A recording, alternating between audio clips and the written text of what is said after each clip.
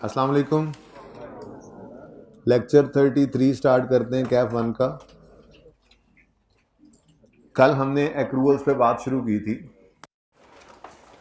और मैंने आपसे बात की थी कि एक्सपेंस को हम रिकॉर्ड करते हैं जब वो इनकर हो जाए।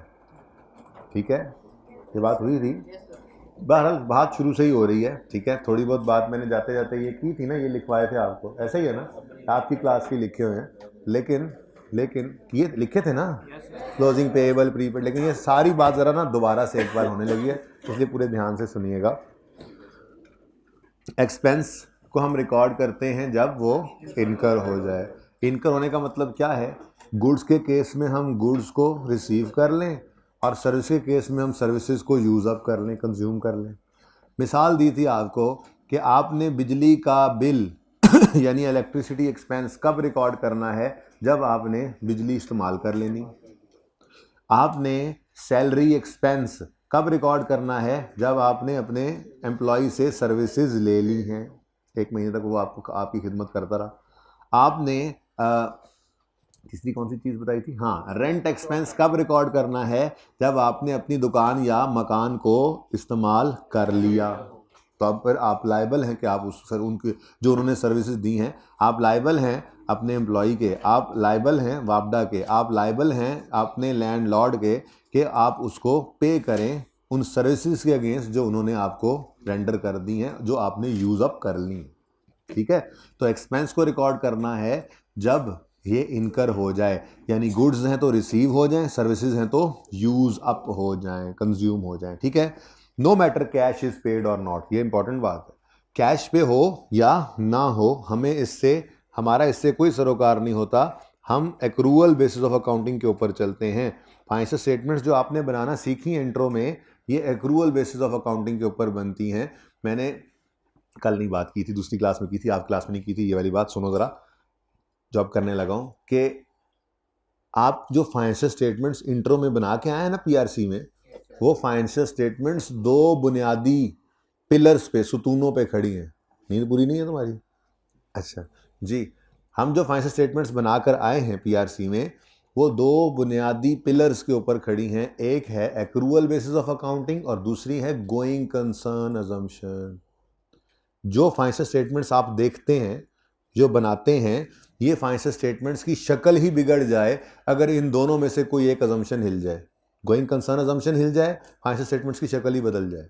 एक्रूअल बेसिस ऑफ अकाउंटिंग हिल जाए, फाइनेंशियल स्टेटमेंट्स की शक्ल ही बदल जाए। कैश बेसिस के ऊपर हम अकाउंटिंग नहीं करते, हम एक्रूअल पे करते हैं। ठीक है ना, तो ये बड़ी बुनियादी दो चीज़ें हैं। जिस तरह की फाइनेंशियल स्टेटमेंट्स आप बना रहे हैं ना, इस तरह की बनती रहे इसके लिए। ठीक है, तो जो दो बुनियादी सुतूनों के ऊपर फाइनेंशियल स्टेटमेंट्स खड़ी हैं, वो कौन कौन से हैं? गोइंग कंसर्न अजम्पशन और एक्रूअल बेसिस ऑफ अकाउंटिंग। ठीक है ना, तो मतलब हमने कैश बेसिस के ऊपर अकाउंटिंग नहीं करनी होती। हमने एक्सपेंस को रिकॉर्ड करना है जब वो इनकर हो जाए, और इनकम को रिकॉर्ड करना है जब वो अर्न हो जाए। अभी इनकम की बात इंशाल्लाह मंडे को करेंगे। ठीक है, फिलहाल तो एक्सपेंस की बात ही हो रही थी। ठीक है, तो कैश पे हो चाहे ना हो, आपको एम्प्लॉय ने एक महीना सर्विसेज दे ली, आपका एक्सपेंस इनकर हो गया, आप कैश पे कर दें तो आप एंट्री पास करें salary expense debit cash credit. अगर पे नहीं करें, एक्सपेंस फिर भी रिकॉर्ड करना है, करें salary expense debit salary payable credit. आपने बिजली इस्तेमाल कर ली वापडा की, आपका इलेक्ट्रिसिटी एक्सपेंस इनकर हो गया, कैश पे कर दिया है तो एंट्री करें electricity expense debit cash credit. नहीं पे किया तो आप एंट्री करें electricity expense debit electricity payable credit. आपने एक महीना दुकान या मकान को इस्तेमाल कर लिया, आप महीने के एंड पे खड़े होकर एक एक्सपेंस इनकर कर चुके हैं क्योंकि सर्विस यूज कर ली है। आपने कैश पे कर दिया है तो एंट्री पास करें rent expense debit cash credit, और अगर आपने कैश पे नहीं किया है तो आप एंट्री करें रेंट एक्सपेंस डेबिट रेंट पे। आपने एक्सपेंस को रिकॉर्ड करना ही करना है जब वो इनकर हो जाए। कैश पे करना है या नहीं करना, यही तो एक्रूअल बेसिस के अंदर पड़ा था, कैश का पे होना या ना। कभी ज्यादा पे कर देते हैं, कभी कम पे कर देते हैं, कभी मुकम्मल पे करते हैं जितना एक्सपेंस था। ठीक है, इससे कतई नजर एक्सपेंस ने रिकॉर्ड होना है। कैश कम पे हो, कैश ज्यादा पे हो, कैश बराबर पे हो, हमें इससे कोई लेना देना नहीं है। एक्सपेंस के रिकॉर्ड करने के लिए क्या क्या क्राइटेरिया है कि जब वो इनकर हो जाए, जब आपने सर्विस यूज अप कर ली, आप एक्सपेंस रिकॉर्ड कर लें। ठीक है, फिर हमने 2022 को करंट ईयर कहकर, ठीक है, कुछ वैसे ना करंट ईयर प्रीवियस ईयर जरा मुश्किल होता है बोलना, इसलिए 21, 22, 23 बोल देंगे ना हम। ठीक है जी, 22 में खड़े हैं, 22 में खड़े हैं, 22 में खड़े होकर क्लोजिंग डेट पर पेएबल कब बनेगा? अगर सर्विसेज 22 में रिसीव कर ली लेकिन कैश पे करोगे उसका 23 में, तो 22 के एंड पे खड़े होकर क्लोजिंग डेट पे क्या फील करोगे? लायबल पेएबल है। तो क्लोजिंग पेएबल कब होगा? जब सर्विसेज 22 में यूज अप कर ली लेकिन कैश 23 में पे करोगे। ये आसानी के लिए 22-23 बोल रहा हूं, ठीक है ना? मतलब जरूरी नहीं कि सारा साल ही हो, एक महीने का भी एक्सपेंस अगर यहां आपने इनकर कर दिया लेकिन पे नहीं किया तो वो एक महीना पेएबल है। बहरहाल आसानी के लिए सिर्फ समझा रहा हूं क्लोजिंग पेएबल कब होता है, क्लोजिंग प्रीपेड कब, ठीक है ना? तो अगर सर्विसेज आपने 22 में यूज अप कर ली लेकिन कैश 23 में पे करोगे तो 22 की क्लोजिंग डेट पर ये क्या होगा? Payable. Services are used up in 22 but cash will be paid in 23। और ओपनिंग पेएबल कब होगा? जब सर्विसेज आप 21 में यूज किए बैठे थे और उसको आपने 21 में पे नहीं किया था, तो 22 का साल शुरू होते ही सबसे पहले ये ओपनिंग में पेएबल खड़ा होगा। तो ओपनिंग पेएबल है services were used up in 21 but cash will be paid इन 22, ठीक है? फिर यहां खड़े होकर 22 में आपने 23 वाला कैश भी आज ही पे कर दिया, तो क्लोजिंग डेट पे क्या फील करोगे? एंटाइटल्ड फील करोगे। आपके पास एक right to receive services in future आ जाएगा। ये एसेट है, प्रीपेड कहते हैं इसको। तो क्लोजिंग प्रीपेड कब होगा? जब कैश आपने 22 में पे कर दिया, सर्विसेज आपने रिसीव करनी है अभी 23 में, तो फिर 22 के एंड पे खड़े होकर आप प्रीपेड कहोगे इसको, ठीक है? तो कैश इज पेड इन 22 हमारे साल में, but services will be used up in 23, तो फिर क्लोजिंग डेट पे क्या है? प्रीपेड। और ओपनिंग प्रीपेड क्या होगा? 21 में कैश पे किया था, 21 में सर्विसेज नहीं ली थी, तो 22 के अंदर शुरू होते ही 22 ओपनिंग डेट पे क्या होगा? ये ओपनिंग प्रीपेड।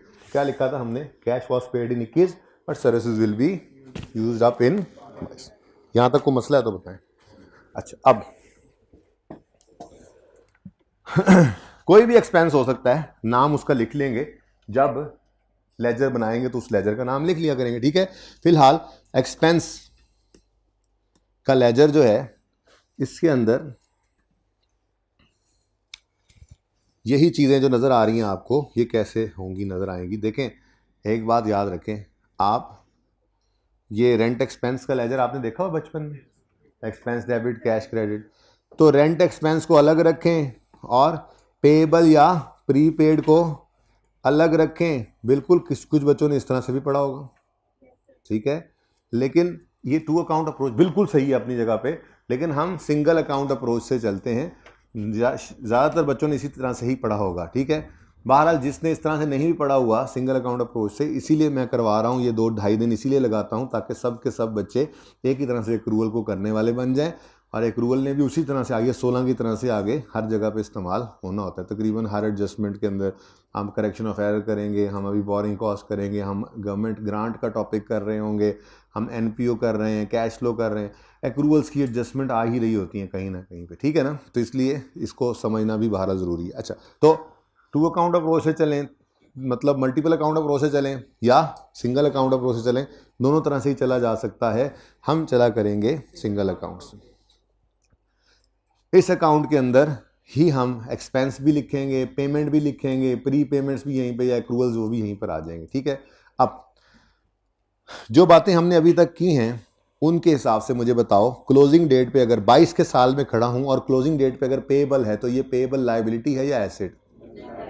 लायबिलिटी है। तो क्लोजिंग डेट पर अगर लायबिलिटी मैंने लेजर में लिखनी हो तो इधर लिखूंगा ना, क्रेडिट साइड पे, है ना? सर हिला रहे हो, कुछ होश करो। लायबिलिटी इस तरफ नहीं लिखते होते, क्लोजिंग डेट में लायबिलिटी लिखनी हो लेजर में तो इस तरफ लिखी जाती है। हाँ यस सर, ऑटो पे लगे हो, जाग के बैठो ना, खुली आंखों से सो रहे हो ट्रक ड्राइवरों की तरह, बदतमीज आदमी। मतलब कुछ भी कहूंगा तो यस करोगे, हैं? ऐसे थोड़ा ही होता है यार। सुनो तो सही क्या कह रहा हूं।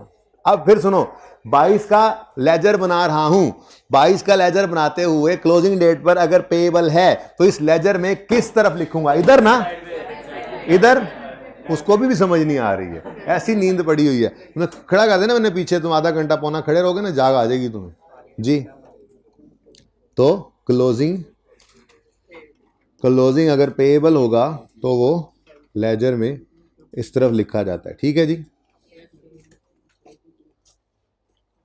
ओके, तो फिर ओपनिंग पेएबल, वो लायबिलिटी जिस तरफ होती है अगर ओपनिंग पेएबल,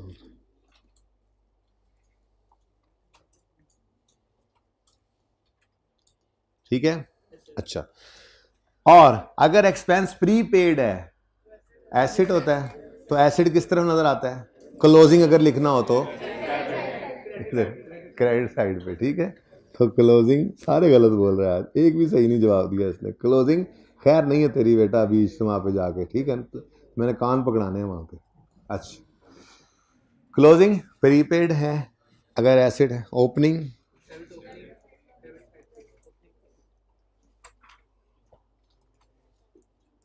ठीक है जी।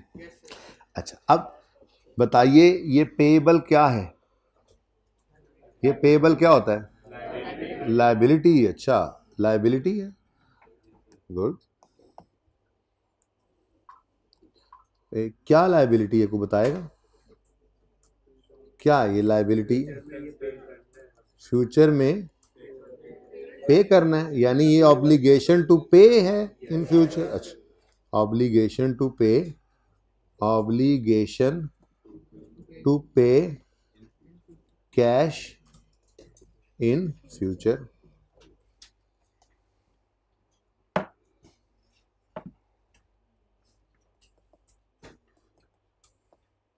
ठीक है जी। करंट भी हो, नॉर्मली करंट ही होती है ये एक्रूअल की लायबिलिटी, लेकिन ज़रूरी भी नहीं है। सवाल कह दे तो हो सकता है ना आपने अगले 4 साल का जो है वो किराया पिछले 4 साल का ना पे किया हो। एक बात कर रहा हूँ, नहीं वैसे नॉर्मली ये करंट ही होता है। हाँ, प्री पेमेंट जो है, प्री पेमेंट जो है वो 2-3 साल आगे की भी हो सकती है, ठीक है। अच्छा, नेक्स्ट, जो प्रीपेड है इसको आप क्लोजिंग डेट पर जो प्रीपेड नज़र आ रहा है इसको क्या कहेंगे आप? एसिड कहेंगे। अच्छा, तो अगर ये एसिड है तो ये एसिड कैसे है, ये को बताना पसंद करेगा? हाँ, right to receive cash in future है। भाई एक ने बोला right to receive cash in future, ना ना, वो डेटर होता है। राइट टू रिसीव, गुड्स बेची, पैसे नहीं आए, right to receive cash in future, ये पैसे पहले दे दिए हैं, सर्विसेज आनी है फ्यूचर में, हमें अगले 6 महीने तक हम बिल्डिंग इस्तेमाल करेंगे और उसका किराया नहीं देंगे, सर्विसेज मिल रही हैं, पैसे आज पे कर दिए। आप 1000 रुपया लोड कराते हो मोबाइल में, जिस वक्त आप लोड करवाते हो तो खुद को एंटाइटल्ड फील करते हो। साथ वाले मैं कर देता हूँ कॉल, यार कॉल मैं कर देता हूँ यार, मेरे पास पैसे हैं। एंटाइटल्ड फील कर रहे हो कि मैंने जो 1000 रुपया पे किया है, 1000 रुपया पे करने के बाद मैं इस काबिल हूं कि मैं अब ये 1000 रुपये के बराबर की सर्विसेज यूज कर सकता हूँ, ठीक है। तो प्री पेमेंट एक एसेट है। क्या है ये, क्या है, कैसे है एसेट? राइट है, राइट है to receive services in future.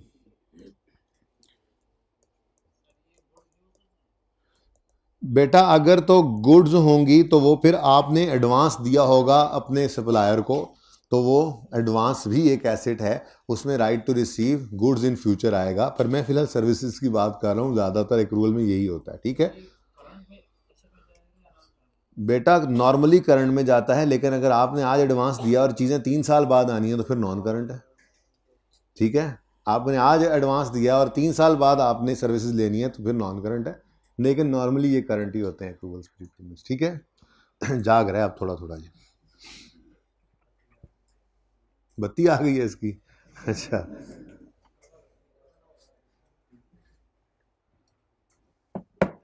Okay. अच्छा जी, एक और बात, ये जो प्रीपेड है इसको एडवांस भी कह दिया जाता है, एडवांस, ठीक है। और ये जो जालिम पेएबल है इसके बड़े नाम हैं, इसको एक्रूड भी कहते हैं, ओइंग भी कह सकते हैं, ड्यू भी कह देते हैं, एरियर भी कह देते हैं, आउटस्टैंडिंग भी कह देते हैं। हाँ जी, तो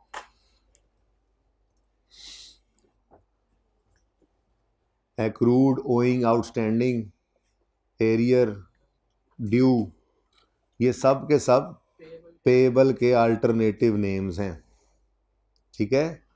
लेकिन ये हैं बड़े जालिम, क्योंकि ये अगर एक्सपेंस के साथ लगें तो पेएबल का मतलब देते हैं, अगर मंडे वाले दिन ये किसी इनकम के साथ लगेंगे ना तो रिसीवेबल का मतलब हैं बड़े जालिम। चलें अब इनकम आने में फिर देखेंगे, ठीक है। तो ये लेजर है कंप्लीट आपका, ठीक है, ओके। अभी नहीं, एंड पे बनाना। ये कुछ स्टेप्स हैं जो मैं बोलूँगा, आप लिख लीजिएगा, फिर बाद में तस्वीर भी बना लेंगे, ठीक है। फिलहाल इसको छुपा रहा हूँ, ओके। लें जी, ये लेजर हम इंशाल्लाह बनाएंगे अभी सवालों में बोर्ड के उस तरफ, ठीक है। अच्छा, लेकिन एक दो बातें पहले मैं करना चाहूँगा। पहली बात, क्या क्या ये, अच्छा अभी पूरा भी नहीं हुआ लेजर, सॉरी। एक्सपेंस के लेजर में कैश की पेमेंट भी होती है। कैश की पेमेंट की एंट्री क्या होती है? एक्सपेंस का लेजर डेबिट और कैश क्रेडिट। तो अगर कैश नज़र आएगा एक्सपेंस के लेजर में तो कहाँ नज़र आया करेगा? हमेशा डेबिट साइड पे, ठीक है। उसके बाद जिन बच्चों ने वो इस तरह से टू अकाउंट अप्रोच पढ़ी भी हुई है, अगर मिसाल के तौर पे वो रेंट एक्सपेंस निकालते थे तो क्लोजिंग कैरी डाउन निकालने की बजाय यहाँ पे प्रॉफिट एंड लॉस लिख लिया करते थे, बैलेंसिंग। मकसद कहने का ये होता है, कैरी डाउन भी लिख लो तो मतलब क्या होता है, कैरी डाउन भी लिख लो तो मतलब क्या होता है कि यहाँ से गया ट्रायल में और ट्रायल से चला गया एक्सपेंस है तो प्रॉफिट एंड लॉस में, ठीक है ना। तो एक्सपेंस की फिगर हमेशा एक्सपेंस के लेजर में अगर आपको नज़र आएगी तो वो हमेशा क्रेडिट साइड पे नज़र आया करेगी। और यहाँ पे हमने लिखा जो भी एक्सपेंस होगा उस एक्सपेंस का नाम आ जाएगा इधर एक्सपेंस, और ये प्रॉफिट एंड लॉस में जाती है फिर। अच्छा, अब असल बात तो मैं कुछ और करने लगा था, बाद में ये करने लगा था कि क्या ये ज़रूरी है कि कोई एक्सपेंस एक ही वक्त में प्रीपेड भी हो पेबल भी हो? ज़रूरी नहीं है। अच्छा, नॉर्मली होता भी नहीं है लेकिन हो सकता है। जैसे मिसाल के तौर पे आप एक का बिजनेस है लाहौर के अंदर 10 जगह पे, आपने 10 दुकानें किराए पे ली हुई हैं, जिसमें से 7 दुकानों का किराया आप एडवांस में पे करते हैं, 3 का एरियर में करते हैं। मिसाल दे रहा हूँ। अब जिनका आप एडवांस में पे करते हैं उसमें से हो सकता है कुछ प्री पेमेंट निकल आए, और जिनका एरियर में पे करते हैं हो सकता है उनमें से कुछ पेएबल पे हों, ठीक है। बात समझ रहे हो? तो रेंट एक्सपेंस का लेजर है एक ही वक्त के अंदर, हम बिल्डिंग वाइज नहीं रेंट एक्सपेंस का लेजर, रेंट एक्सपेंस का लेजर बनाना है ना, बिल्डिंग्स के रेंट का लेजर बनाना है तो रेंट का एक ही लेजर बनाएंगे। वो एक बिल्डिंग है, 2 बिल्डिंग है, 3 बिल्डिंग है, जितनी बिल्डिंग्स भी होंगी उनके रेंट का लेजर इकट्ठा बना लेंगे ताकि एक रेंट एक्सपेंस की फिगर आए प्रॉफिट एंड लॉस में चली जाए, ठीक है ना। बात समझ रहे हो? तो रेंट बिल्डिंग्स का रेंट एक्सपेंस का अगर लेजर है मिसाल के तौर पे तो एक ही वक्त में प्रीपेड भी हो सकता है, पेएबल भी हो सकता है, लेकिन होता ऐसा कभी कभार है, बहुत शाज़ो नादिर ऐसा होता है कि ये हो जाए, नॉर्मली ऐसा नहीं होगा। या तो कोई एक्सपेंस प्रीपेमेंट होता है, प्रीपेड होता है ओपनिंग क्लोजिंग में, या पेएबल होता है, दोनों एक वक्त में नॉर्मली होते नहीं है, हो सकते हैं पर नॉर्मली होते नहीं, ठीक है। अच्छा बेसिकली हमने यहां पर जो मैक्सिमम आ सकता था वो डाल दिया है यहाँ, ठीक है ना। बस इतना याद रखना कि 4 चीजें इसमें नॉर्मली आती हैं एक्सपेंस के लेजर में। जब हम कंबाइंड सिंगल अकाउंट अप्रोच से चलते हैं तो 4 नॉर्मल चीजें इसके अंदर आनी चाहिए, ठीक है। कौन कौन सी? Opening balance, closing balance, cash और एक्सपेंस, ठीक है ना। अब ओपनिंग मैंने कहा जरूरी नहीं है एक ही वक्त में दोनों ही हों, प्रीपेड भी हो पेएबल भी, क्लोजिंग प्रीपेड, कोई एक होगा, ठीक है। हो सकते हैं दोनों, एक मिसाल दे दी, लेकिन नॉर्मली ऐसा होता नहीं है, ठीक है ना। बहरहाल 4 नॉर्मल चीजें क्या हैं जी? 4 नॉर्मल चीजें क्या हैं? Opening, closing, cash, expense. Opening, closing, cash और एक्सपेंस, सही है। अच्छा चले, अच्छा जी, चलो फिर सवाल शुरू करते हैं और सवाल करते जाएंगे और स्टेप्स लिखते जाएंगे, हेडिंग बना लें स्टेप्स। ये बाद में फिर तस्वीर खींच लेना बाद में बेशक। फिलहाल देख, steps for solving accrual questions आप लोगों के लिए ही है। फिलहाल हम मैं आपको लिखवाऊंगा, वहां से नहीं देखने, वहां से बाद में देख लेना फिर, ठीक है। लिखो।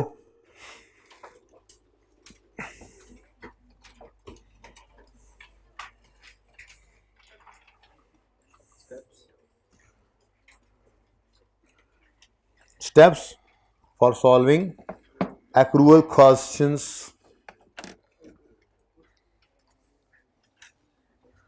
लिखें जी स्टेप 1। स्टेप 1 लिखे जी, वी विल राइट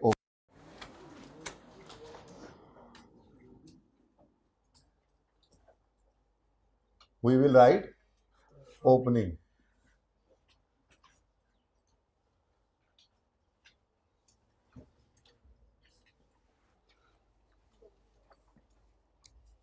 जी, तो लेजर मैंने ओपन किया, ये स्टेप 0 होगा। Step 0 we will open the ledger, ठीक है ना। अच्छा ओके जी, अब सवाल पढ़ते हैं। क्वेश्चन 1 है, पेज नंबर है 466, 466 नंबर सफ़ा है, इस पे सवाल नंबर 1 है। 66 है जी, 65 तो पिछला सवाल था, पर्चा पेज था। अच्छा जी सुने, 466 क्वेश्चन नंबर 1 लेक्चर नोट्स में, ये एंड पे।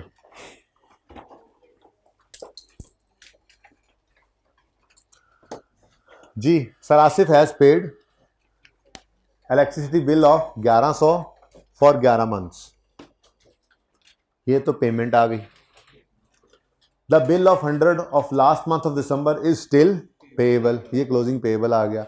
ये तो बिल्कुल सादा सवाल है ना, लेकिन हम स्टेप्स लिखेंगे इस तरह से कि मुश्किल से मुश्किल सवाल भी हमारा सॉल्व हो, ठीक है। तो स्टेप 1 मैंने क्या बोला, we will write opening. Step 0 क्या है, लेजर भी ओपन कर लेना, ठीक है ना। चलो जी, step 1 we will write opening balance, और ये रेंट इलेक्ट्रिसिटी एक्सपेंस का लेजर बनाना है, तो अब नाम भी साथ लिख लो, इलेक्ट्रिसिटी, जिसको आप इलेक्ट्रिसिटी कहते हैं जी, इलेक्ट्रिसिटी एक्सपेंस। लेजर ओपन हो गया। Step 1 we will write opening. Opening में प्रीपेड है ना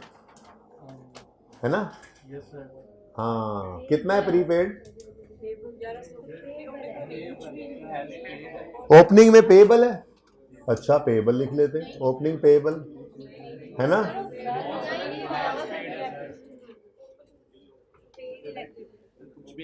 नहीं है पेएबल तो नहीं है, हाँ स्टेप तो लिख लिया मैंने, ठीक है। तो opening we will write opening balance, ठीक है, तो लिख दिया ओपनिंग। प्रीपेड भी हो सकता था, पेएबल भी हो सकता था, नहीं है, दोनों ही नहीं है, ठीक है, ओपनिंग में नहीं, ठीक है। सवाल कहेगा तो ओपनिंग। अच्छा, खुद से ज्यूम नहीं करना। नेक्स्ट, स्टेप 1 लिख लिया, स्टेप 2 लिखो। स्टेप 2 लिखो, we will record cash. Step 2 लिखो जी, वी विल रिकॉर्ड कैश, और आगे ब्रैकेट में छोटा सा लिखो अंधाधुंध। अंधाधुंध, ये अंधाधुंध,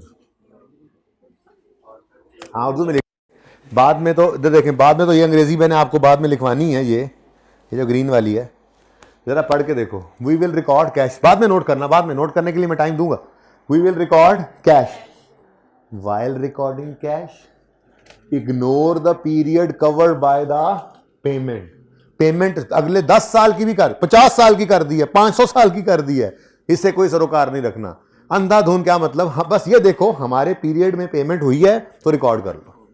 कैश रिकॉर्ड करते हुए आपने cover period covered by payment check नहीं करना, सिर्फ ये देख रहे हैं हमारे पीरियड में पेमेंट हो रही है तो रिकॉर्ड कर लेना, ठीक है। तो यही मैंने कहा अंधाधुंध, ठीक है। ये तो अंग्रेजी क्या है सारी, देखो ना कैसी खूबसूरत जबान है हमारी उर्दू है। पूरे जुमले को ऐसे आप कहोगे सर ब्लाइंडली लिख लेते हैं, नहीं नहीं नहीं, उसमें तो मजा नहीं ना आता जी। सुने, वी विल रिकॉर्ड कैश, ये स्टेप 2। सुने, while recording cash ignore the period covered by the payment, if payment is made in our period record it, ठीक है। चलो ये ब्रैकेट में लिख लो अब इसी तरह से।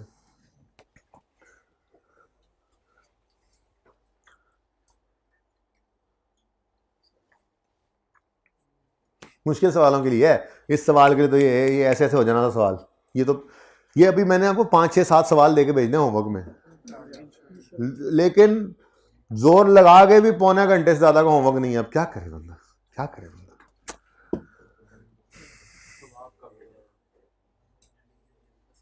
आओगे आज इज्तिमा पे, मैं लेके जाऊंगा, आज वो तो उधर ही छोड़ा है।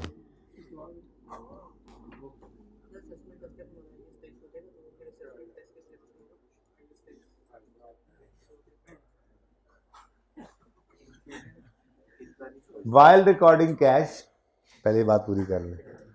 While recording cash ignore the period covered by the payment, if payment is made in our period recorded, ठीक है। सही हो गया। बाद में पिक्चर भी जिसने ले लेना, पर लिखना जरूर है। अच्छा आप सुनो, स्टेप 1 ओपनिंग लिखना था, कोई नहीं मिला। स्टेप 2 रिकॉर्ड करना है cash, sir Asif has paid 1100, ठीक है। तो कैश कितना है जी 1100। कैश की एंट्री बोलो, क्या बचपन में करते थे?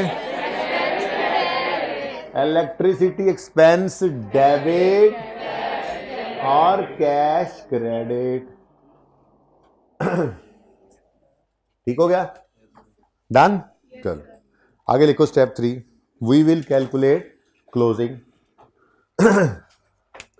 We will calculate closing.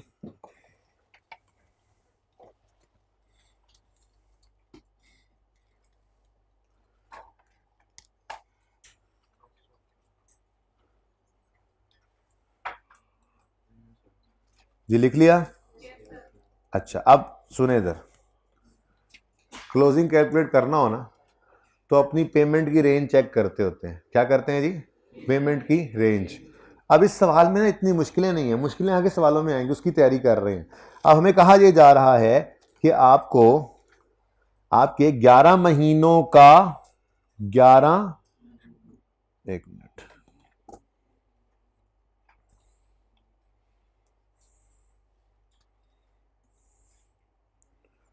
अच्छा जी क्या कहा जा रहा था, ये जरा ऐसे कर लेना कि आपके 11 महीनों का रेंट पे हो चुका है, gas bill electricity bill pay हो चुका है और 12वां महीना पेएबल है, ठीक है। जनवरी से लेके नवंबर तक पे हो गया, यानी ये जो 1100 रुपए की पेमेंट है, अगर मैं इसकी रेंज चेक करूं तो इसकी रेंज कहां तक आ रही है? नवंबर तक। तो इसका मतलब हमारा ईयर एंड होने से पहले ये पेमेंट की रेंज रुक गई, तो क्लोजिंग डेट पे एक महीना क्या होगा? पेएबल। अच्छा ये अगर रेंज मिसाल के तौर पे ऐसा होता कि मैंने कोई रेंट होता ये, ठीक है, और मैं 1.5 साल का रेंट पे कर देता तो यहीं पे पहले दिन खड़े होकर, ठीक है, तो 1.5 साल का मिसाल के तौर पे 10 रुपए रेंट होता, ठीक है, एक महीने का, तो 12 महीनों का 120, लेकिन मैं देता था 180।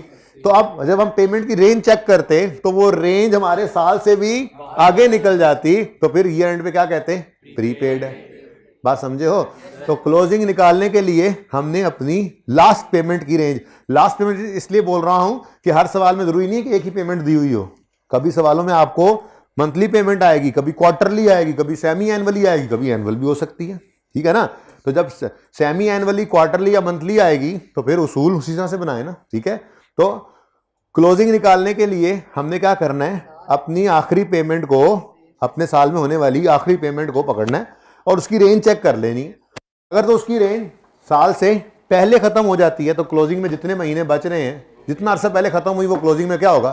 पेएबल। जाहिर है पेमेंट उस पीरियड को कवर नहीं कर रही। और अगर पेमेंट हमारे साल से भी आगे निकल जाती है तो फिर क्लोजिंग में प्रीपेड आ जाएगा। ठीक हो गया? तो वी विल कैलकुलेट क्लोजिंग। आगे लिखें, for calculating closing balance, for calculating closing balance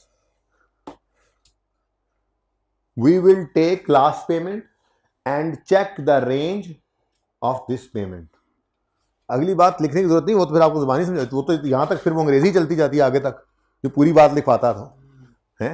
if it falls short of our year and then closing will be payable, and if it passes our year and goes to the next year then it will be closing prepaid। वो सारी बात पता है भाई आपको, बस simple सी बात लिख ली हमने इधर कि for calculating we will calculate closing, ये है स्टेप 3। ठीक है, closing we will take last payment and check the range of this payment. अगली बात अब आपको पता है, ठीक है ना, अगर पहले गिर गई, खत्म हो गई तो क्लोजिंग पेएबल, बढ़ गई आगे तो प्रीपेड। ठीक है, तो we will take last payment and check the range of this payment to calculate payable और प्रीपेड। ठीक है,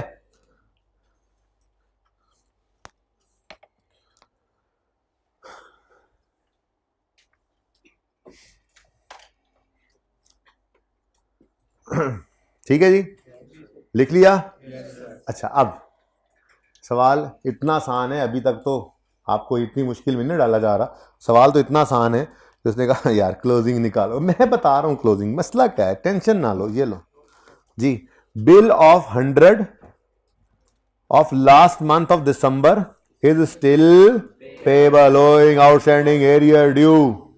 मतलब क्लोजिंग में उन्होंने पेबल है ये खुद बता दिया, हमें कोई रेंज चेंज चेक करने की जरूरत ही ना पड़ी। ठीक है, तो क्लोजिंग बैलेंस कैलकुलेट क्या करते हैं, उन्होंने खुद ही दे दिया। ठीक है, अब ये देखो भाई, ये देखो भाई, सारे चुप कर जाओ। हाँ भाई, आपने जवाब देना। नहीं, आपसे पीछे वाले भाई ने। हाँ जी, आपने। क्लोजिंग पेएबल हो तो बिल्कुल हम इधर लिख देंगे, करो ब्लैक से लिखे। क्लोजिंग पेएबल होगा हम इधर लिख देंगे, ऐसे ही है ना भाई। क्लोजिंग पेएबल है, साथ वाले ने बताया। अच्छा, ऊपर वाले देख लिया था कि उधर प्रीपेड तो इधर भी प्रीपेड होगा, है ना, बता दो जी। इधर तो क्लोजिंग प्रीपेड होना था, पर क्लोजिंग प्रीपेड है नहीं सवाल में। और ये अभी लिख रहा हूं, बस एक दो सवालों में लिख लो, बस उसके बाद जो होगा सिर्फ वही लिखेंगे। ठीक है ना, ये डैश डाल के अंग्रेजियां लिख के नहीं, बस ठीक है। ठीक है ना, ब्रॉड डाउन कैरी डाउन भी ना लिखता मैं यहाँ पे, क्यों लिखूं जब है नहीं। फिलहाल तो सिर्फ फॉर्मेट जरा याद करें ना, पहला दूसरा सवाल जी। क्लोजिंग में सवाल ने क्या बताया जी, क्लोजिंग में पेएबल है। ठीक है जी, पेएबल कितना 100। अब ये हो गया जनाब, सुन लो, ये हो गया जनाब स्टेप 3 हमारा ओवर। बोलो अब लिखो स्टेप 4। कहां जा रहे हो तुम?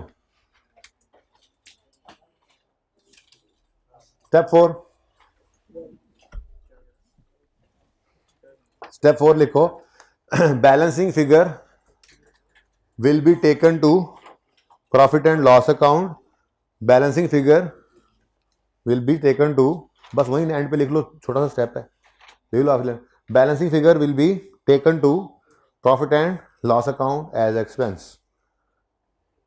Balancing figure will be taken to profit and loss account as an expense. ओहो, यहां लिखा तो हुआ था, ऐसे ही मैंने लिखवाया, इतना आसान वाला step. Balancing figure will taken to profit and loss account as an expense. ठीक है जी। अब कोई तस्वीर लेना चाहे तो अब ले सकता है। अब क्या फायदा सर? नहीं, ऐसे पूरी पिक्ट्यूरे आ जाएगी ना, पूरी लेडजर भी उसमें होगा, पिक्ट्यूरे में लेडजर भी होगा और स्टेप्स भी होंगे। अच्छा है ना, लिखवाना भी तो था।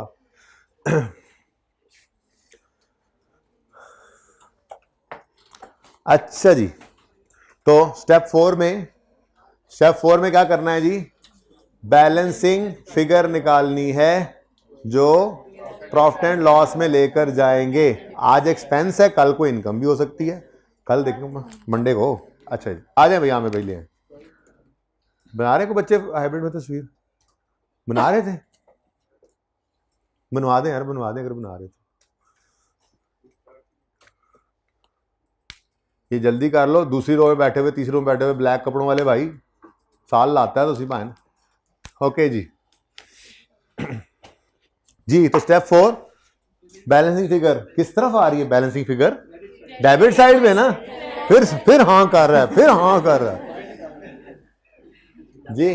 तो यहां पर लिख देंगे हम, बस इलेक्ट्रिसिटी ऊपर लिखा, सिर्फ एक्सपेंस लिख दो, काम चल जाएगा। एक्सपेंस की फिगर आ गई, एक्सपेंस की फिगर आ गई बैलेंसिंग। ठीक है ना, जो कहां जाती है? प्रॉफिट एंड लॉस में। कितनी जी? 1200। भाई सादा सी बात है, 1100 का बिल पे हो गया था और एक बिल दिसंबर का 100 रुपया वो पेएबल था, तो एक्सपेंस तो 12 बनता है ना। बिल 12 का पेएबल कब बना होगा? जब सर आसिफ ने 12 में बिजली इस्तेमाल कर ली होगी, तभी तो कह रहे हैं कि रेंट एक महीने का क्या है? पेएबल। ठीक है ना।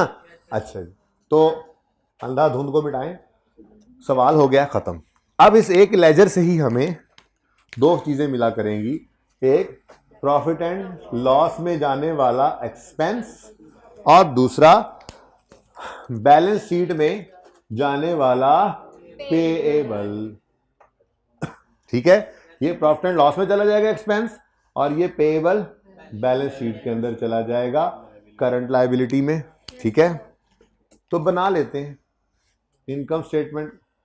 प्रॉफिट एंड लॉस ही लिखते हैं, ऊपर प्रॉफिट एंड लॉस लिखा सर आपने, और प्रॉफिट एंड लॉस अकाउंट, लेकिन बनेंगे एक्सट्रैक्ट्स।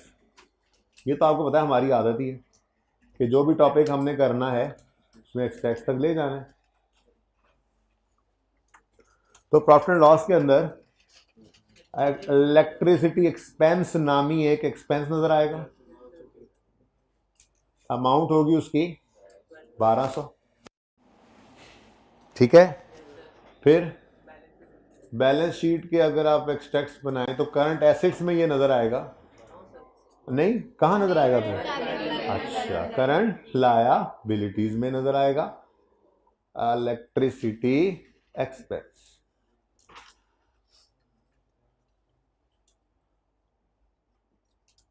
पेबल, ठीक है, बस इलेक्ट्रिसिटी पेबल ही लिख दो तो काफी है जी।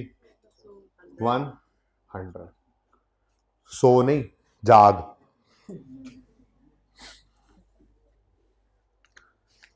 ठीक है। ये पूरी कहानी अब देख ली हमने। इनकम स्टेटमेंट में जो एक्सपेंस जाना है वो भी यही लेजर से मिला करेगा। बैलेंस अगर प्रीपेड आ जाता क्लोजिंग में तो करंट एसेट्स में चला जाता, पेबल आ गया तो करंट लायबिलिटीज में चला गया, ठीक है, सही है। तो फिर दूसरा सवाल करने के लिए कितने मिनट चाहिए, 1 मिनट है, 2 शो कोई नहीं है। देखो अगला होमवर्क में भी है चलो 2 मिनट ले लो, क्या याद करोगे।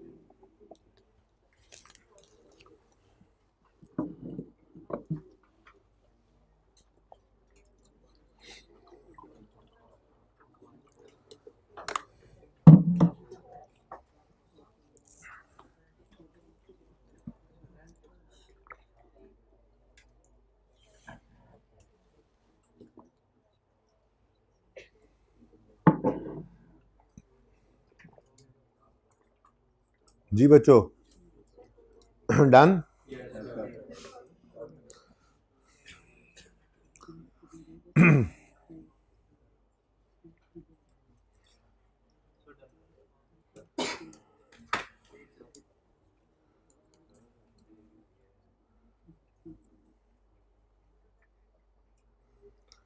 कितने बच्चे कर चुके, बस उनसे मैंने करवाया नहीं था, उन्हें खुद ही कर दिया था, इसलिए आप जीत गए। चलें जी बात करें, मतलब इतना टाइम देता, 30 सेकंड दिए थे, मैंने कहा चलो करते हैं। सुने सुने, Mr Umar acquired a shop on rent on यकम जनवरी 2008। एक्वायर किया ना रेंट पे, तो फिर रेंट देना पड़ेगा। तो यकम जनवरी 8 पर पहले ही दिन ये एक्वायर कर लिया रेंट पे, और 31 दिसंबर 8 पर ये एंड हो रहा है हमारा, ठीक है। अच्छा वो नया सवाल आ गया ना जी।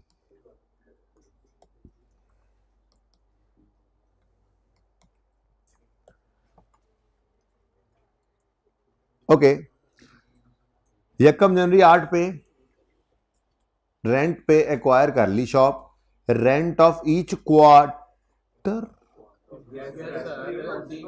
क्वार्टर क्या होता है, एक साल में 3 क्वार्टर होते हैं ना। अच्छा क्वार्टर कहते हैं 1/4 को, एक साल का 1/4 अगर निकालें तो वो 3 मंथ्स बनते हैं। एक साल में 4 क्वार्टर होते हैं और एक क्वार्टर में 3 महीने होते हैं। याद रखने के लिए ऐसे ही रख लो, क्वार्टर 1/4 पाओ, 1 किलो में 4 पाओ जैसे होते हैं, ठीक है ना, ऐसे याद रख लो। साल में 4 क्वार्टर होते हैं, 1/4 क्वार्टर कहते हैं 1/4 को। तो अगर साल का 1/4 ले तो 3 महीने बनेंगे, ऐसे ही है, 3 महीने पर क्वार्टर, याद रहेगा। ओके चले, क्योंकि 12 महीने, 12 साल का एक साल, 12 महीने का एक साल होता है ना, तो उसको अगर डिवाइड बाय 4 करें तो 1/4 कितना बना फिर, 3 3 3 3, यानी 1/4, 4 दफा 3 महीने आते हैं साल में, ठीक है। तो क्वार्टरली रेंट है, कैसे पे होता है, the rent of each quarter is paid on second day after the end of each quarter. इसका मतलब ये हुआ कि जनवरी, फरवरी और मार्च ये 3 महीने हैं। इन 3 महीनों का किराया 2 अप्रैल को पे हो रहा है। फिर अप्रैल, मई, जून, इन 3 महीनों का किराया 2 जुलाई को पे हो रहा है। फिर जुलाई, अगस्त, सितंबर, इन 3 महीनों का किराया 2 अक्टूबर को पे हो रहा है। और ये जो खतरनाक 3 महीने हैं, इनका किराया जाके अगले साल, चाहे अगले साल के पहले दिन पे हो जाए, हमारे साल के आखिरी दिन तो पे नहीं हो रहा। अब अगर वो क्लोजिंग पेबल कैलकुलेट करने वाला जो स्टेप लिखवाया था, जिसमें कहा था कि क्लोजिंग में हम अपनी आखिरी पेमेंट की रेंज चेक करेंगे, तो चेक कर लो, आखिरी पेमेंट की रेंज 30 सितंबर तक की है, जो यकम या 2 अक्टूबर को पे हो जानी है।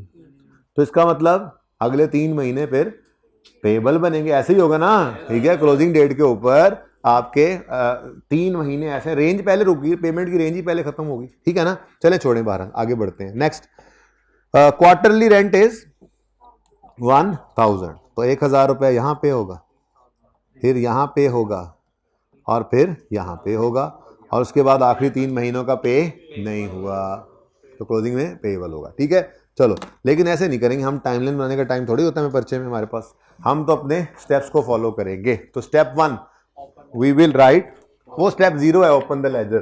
ठहरो, मुझे वो स्टेप मुझे परफॉर्म करने दो। क्वेश्चन नंबर 2, हाँ तो इसलिए तो कह रहा हूँ कि मुझे परफॉर्म करने दो, कि मैंने लिखवाया नहीं जी। क्या नाम रखेंगे जी इधर लेजर का? रेंट एक्सपेंस, ठीक है जी। अच्छा, स्टेप 1 बोले जी। Step 1 we will write openings, नहीं हो सकता है कोई एक हो, कोई एक ना हो, बहरहाल अब थोड़ा और एक स्टेप बड़े हो जाए जी। ब्रॉड डाउन लिख लें। अगर एसेट है, प्रीपेड है, तो ब्रॉड डाउन डेबिट साइड पे आएगा, और अगर पेएबल है तो क्रेडिट साइड। बस ब्रॉड डाउन लिख के ओपनिंग, प्रीपेड, पेएबल क्या लिखना, पता ही है आपको। क्लोजिंग में अगर बैलेंस इस तरफ आएगा तो वो पेएबल है, लायबिलिटी, और अगर बैलेंस इस तरफ आएगा तो वो प्रीपेड है, एसेट है, ठीक है ना। टाइम ज़ाया होता है जी, बोल दिया तो माफ कर दो जी। अच्छा, step 1 we will write opening, ठीक है, कोई ओपनिंग सवाल में गिवन नहीं। Step 2 we will record cash. अब कैश पे हो रहा है 2 अप्रैल, 2 जुलाई, 2 अक्टूबर, 3 दफा पे हुआ, ठीक है। तो इधर देखो, 2 जुलाई, 2 अप्रैल, भूल गया, सॉरी। अच्छा, 2 अप्रैल, बातें मत करो यार भाई, बातें क्यों कर रहे हो यार, पहली रो वाले हो भी हाथ के नीचे बैठे। 2 अप्रैल, 2 जुलाई और 2 अक्टूबर जी। एंट्री तो बोले हो, एंट्री तो पास होने वाले बच्चे एंट्री बोल रहे थे। अच्छा, पास होने वाले बच्चे स्लोली बोलते हैं, एंट्री शोर नहीं मचाते हैं, ठीक है ना, अपने कान तक पहुंचे बस जी। Rent expense debit, cash credit, ये तीनों सेम एंट्रीज होनी है ना, 1000, 1000, 1000।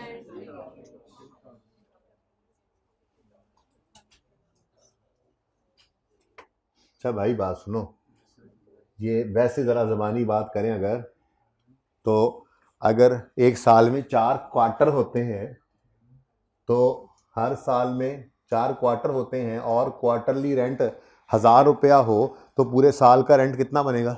4000। ऐसे ही मैंने कहा जरा बता दूं। चले छोड़े, हम तो अपने स्टेप से चलते हैं जी। Step 1 we will write opening. Step 2 we will record cash, अंधाधुन, अन्नेवा, ठीक है, क्योंकि हमने नहीं देखा कि कितने अरसे की पेमेंट है, 5 साल आगे की हो जाए, कोई अपने पीरियड की भी पूरी ना हो, हमें उससे कोई सरोकार नहीं है, बस रिकॉर्ड हमने अन्नेवा कर देना कैश, अंधाधुन, okay. Step 3 we will calculate closing. अब क्लोजिंग कैलकुलेट करते हुए आखिरी पेमेंट को पकड़ना है और उसकी रेंज चेक करनी है। उससे पूछा, हाँ भाई, उसने कहा यहीं तक ही है, बस यहीं तक ही है रेंज। इसका मतलब हमारी इस पेमेंट की रेंज यहीं पे, पिछली तो उससे पीछे ही होंगी ना। हमारी इस पेमेंट की रेंज साल खत्म होने से पहले खत्म हो गई, तो इसका मतलब क्लोजिंग डेट पे प्रीपेड आएगा होमवर्क में, ठीक है, प्रीपेड आएगा होमवर्क में। यहां पे तो क्या आ रहा है? पेएबल, ठीक है। तो क्लोजिंग में पेएबल है, तो पेएबल क्लोजिंग, सब चुप, हाँ, क्लोजिंग पेएबल इस तरफ आएगा, है ना। हाँ, तो मैं कह रहा हूँ क्लोजिंग पेएबल इस तरफ आएगा, ठीक है ना। अब उसको लगा कि शायद पहले गलती से सही लिख दिया था, नहीं, हाँ भाई क्लोजिंग पेएबल इसी तरफ ही आएगा क्योंकि ये लाइबिलिटी होती है। देखो परेशान कर ली जी, क्लोजिंग पेएबल इस तरफ आएगा, लाइबिलिटी होती है 31 दिसंबर 2008 पर, ठीक है जी। और भाई सही है, तो क्लोजिंग पेएबल कितना है 1000। स्टेप 3 हो गया जी। Step 4, balancing figure will be taken to profit and loss as an expense.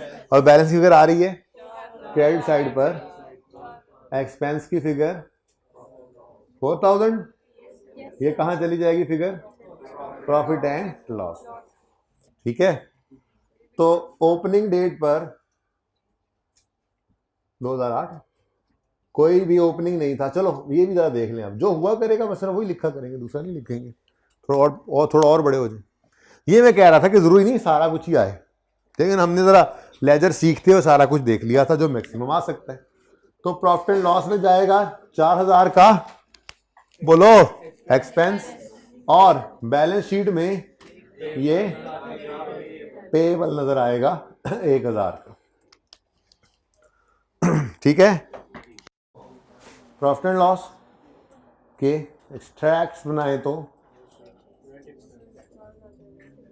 Profit and loss के अकाउंट में रेंट एक्सपेंस नजर आएगा 4000 बेटा, 3000 नहीं 4000, इधर देखो, ठीक है। और बैलेंस शीट में हम तो बदले में अगर बजाएं भी तो छत बजानी पड़ेगी हमें, है ना। सारे खड़े होकर dub dub dub dub dub. और क्या जी। तो बैलेंस शीट के एक्सट्रैक्ट्स हैं जी, इसमें एसेट है लाइबिलिटी है, हाँ एसेट तो घर पे आएगा, क्लोजिंग प्रीपेड आएगा इंशाल्लाह। तो करंट लाइबिलिटीज में रेंट पेएबल 1000। रोज सोचता हूँ सर कहूँगा सर नाम बजाया करें, बच्चों में क्या करें, रोज भूल जाता हूँ, महीना तो हो गया है। अच्छा जी, सही है।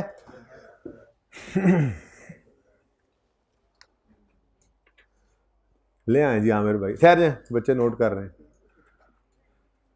हाइब्रिड वाले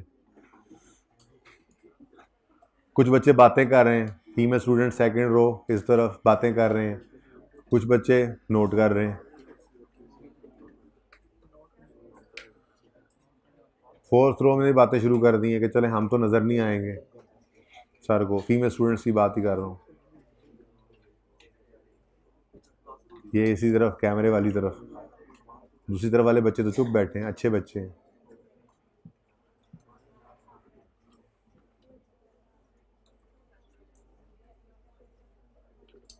अच्छा जी, ले आए।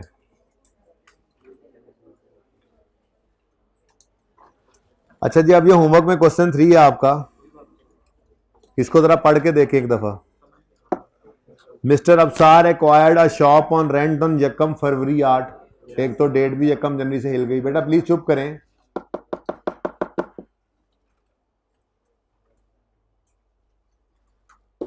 The rent per month is 500. A quarterly payment of rent is to be made in advance starting from 1st February. Monthly rent दिया हुआ है, पेमेंट क्वार्टरली है।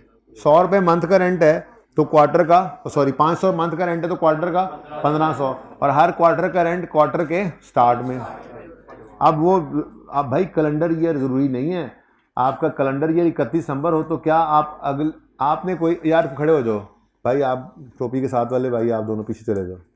हाँ, अगले वालों को तो मैंने माफ़ कर दिया था, ये चुप कर गए थे, आप नहीं चुप कर रहे। आप भाई कैप वाले भाई, आप ब्लू शर्ट के पीछे वाले भाई, आप पीछे चले जाओ।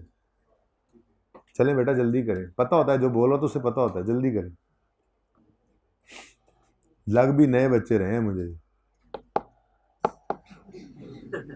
हैं नए, अपने ही गिराते हैं नशेमन पे बिजली। तुम लोगों से उम्मीद नहीं थी।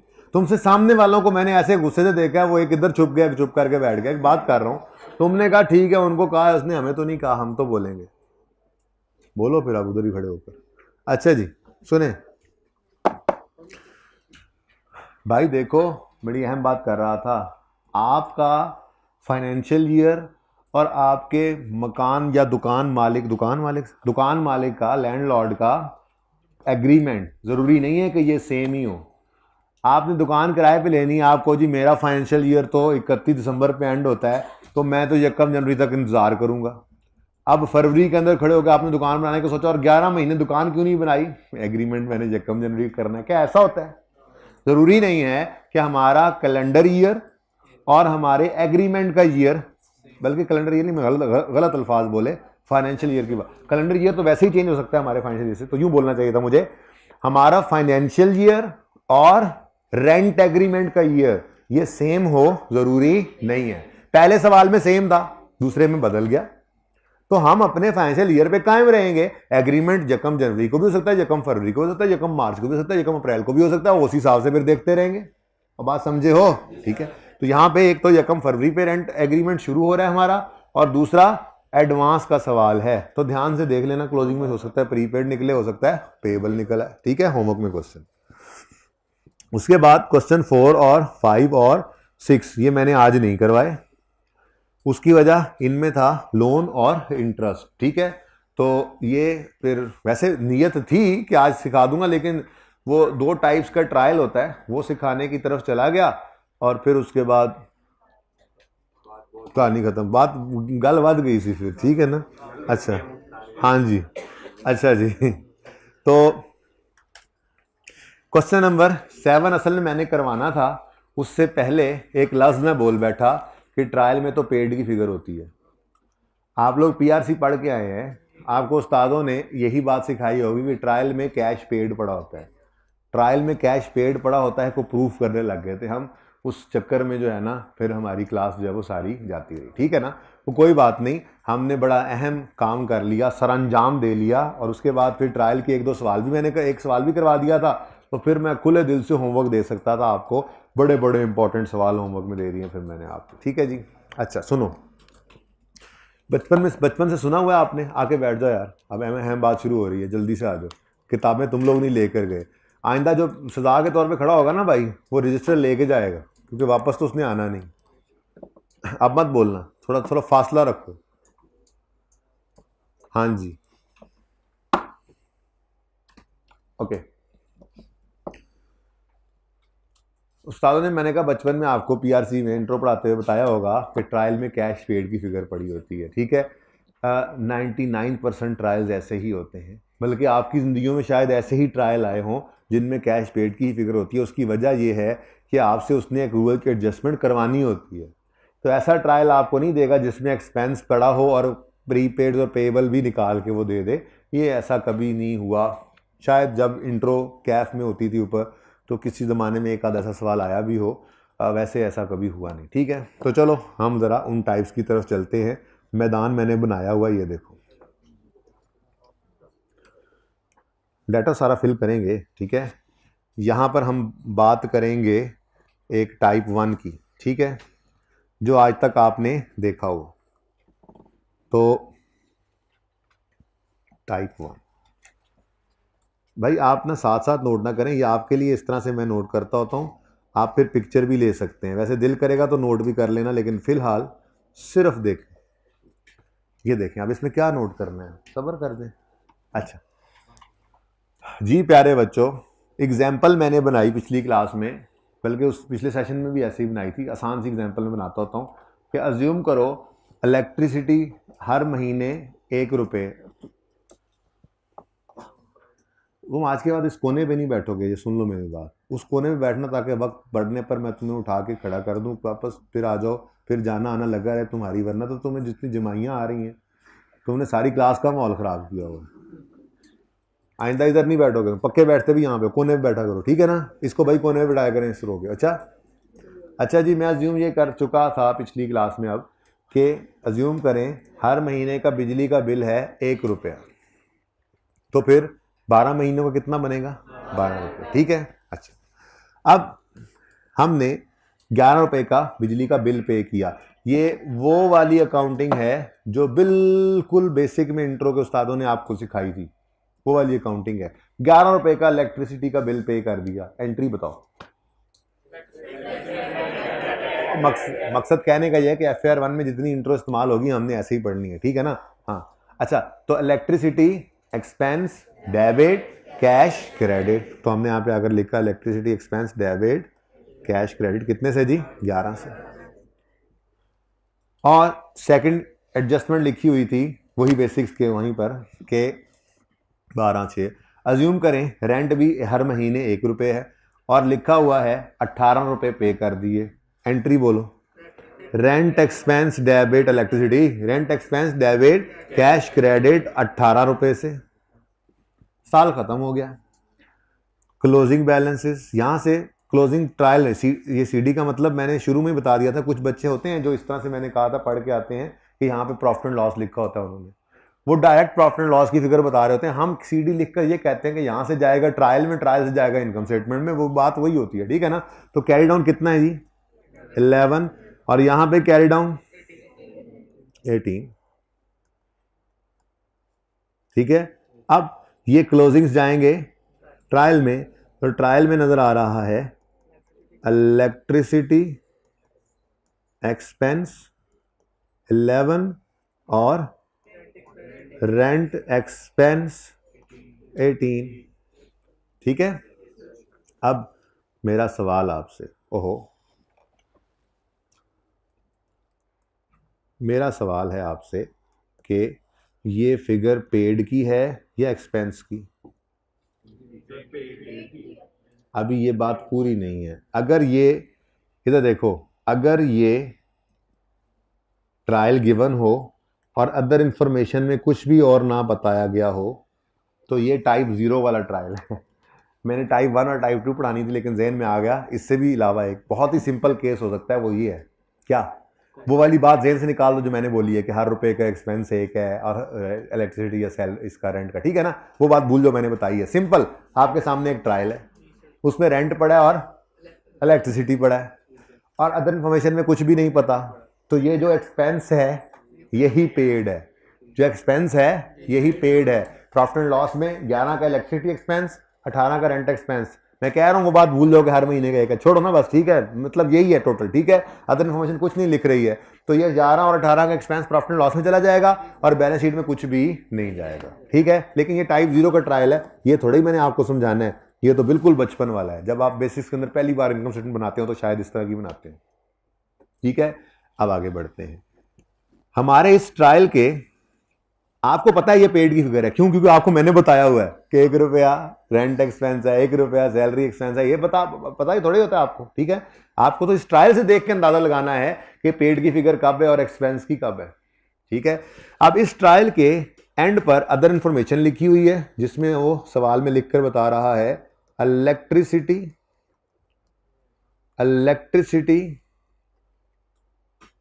Of ₹1 is still payable.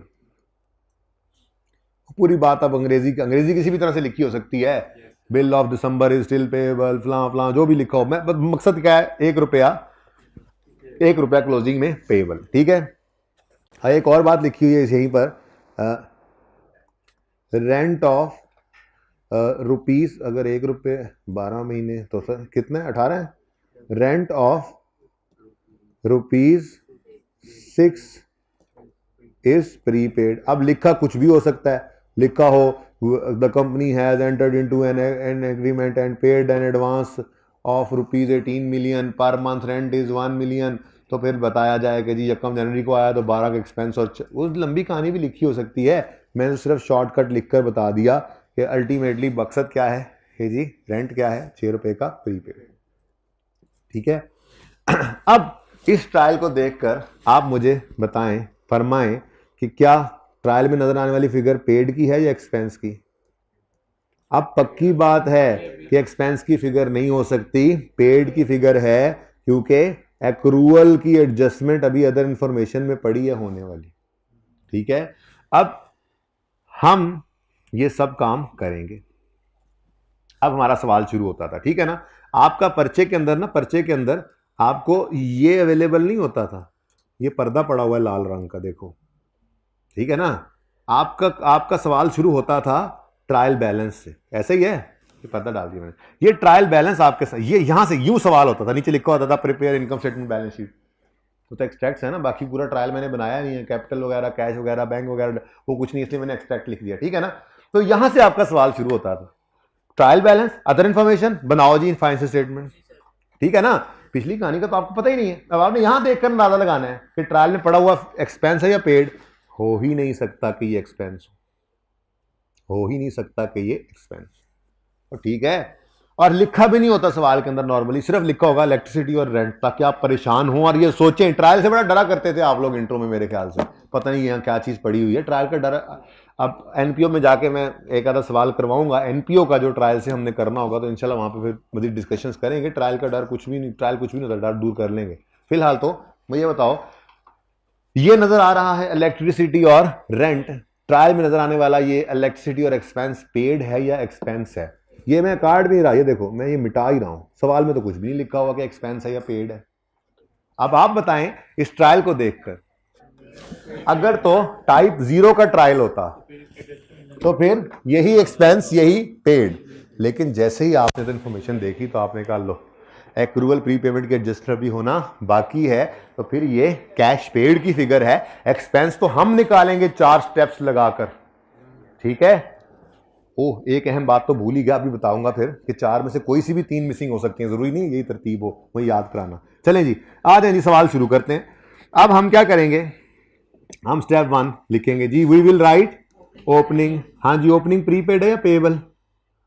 Opening में प्रीपेड है कि पेबल? कुछ नहीं, ओपनिंग में ना प्रीपेड है ना ओपनिंग में पेबल है। बड़ा सोच के तुमने जो है ना वो गलत जवाब दिया। अच्छा, step 2, we will record cash, we will record cash, तो ट्रायल में कैश की फिगर पड़ी है। अब अगली बात भी सुनो, ये भी उस्तादों ने बचपन में इंट्रो में बताया होगा। अब मसला है ना, फाइनल अकाउंट तो मैं करा नहीं सकता, हमारे सिलेबस में वो है नहीं, income statement balance sheet, NPO की बैलेंस शीट है और इनकम एक्सपेंडिचर जो है वो तो करेंगे, पर जो नहीं है वो क्या करें।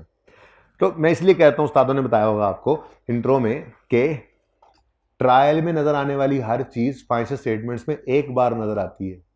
कुछ याद है किसी को कि ट्रायल में नजर आने वाली चीज का सिंगल इंपैक्ट होता है और एडजस्टमेंट्स की डबल एंट्री। उसकी वजह यह होती है कि जो ट्रायल में फिगर पहुंचती है ना, ये क्लोजिंग आया हुआ है, ये कैसे आया है? ये डबल एंट्री से आया है। एक्सपेंस हुआ डेबिट, कैश हुआ क्रेडिट, तो expense debit cash credit double entry हुई, वहां से क्लोजिंग निकला, वो आया पड़ा ट्रायल में। इसलिए ट्रायल में जब ये एक्सपेंस नजर आ रहा है, या एक्सपेंस ही होता मिसाल के तौर पे 11, तो ये एज इट इज उठाकर ले जाते आप इनकम स्टेटमेंट में, इसकी डबल एंट्री फिर नहीं। तो ट्रायल में नजर आने वाली चीज हमेशा एक दफा नजर आती है, क्योंकि डबल एंट्री से होकर पहुंची होती है वहां पे, ठीक है ना। अच्छा चले, ये भी ऐसी बात थी। हाँ, क्या कह रहा था मैं, ट्रायल में तो क्या पड़ा है, कैश पेड। क्या पड़ा है जी, कैश पेड, क्योंकि नीचे एक्रूवल की एडजस्टमेंट आ रही है, ठीक है। अब यहां पे आप लिख लो कैश, आपकी मर्जी है, या लिख लो एज पर ट्रायल, आपकी मर्जी है, पर ये डबल एंट्री नहीं है, ये याद रखना, ठीक है ना। वो हो चुकी हुई, यहां भी कितना, 11। स्टेप 2 ओवर, बोलो। Step 3, we will calculate closing. Calculate क्या करनी, सवाल ने कहा आपको बता दी जाएगा कि ₹1 इज पेबल, तो 1 क्या है, पेबल है। क्लोजिंग पेबल किस तरफ आएगा, क्लोजिंग पेबल लायबिलिटी होती है, एसेट होता है। कहां गया, कहां गया, और ठहर जाओ। अच्छा जी, बहुत दूर जाना पड़ेगा हमें।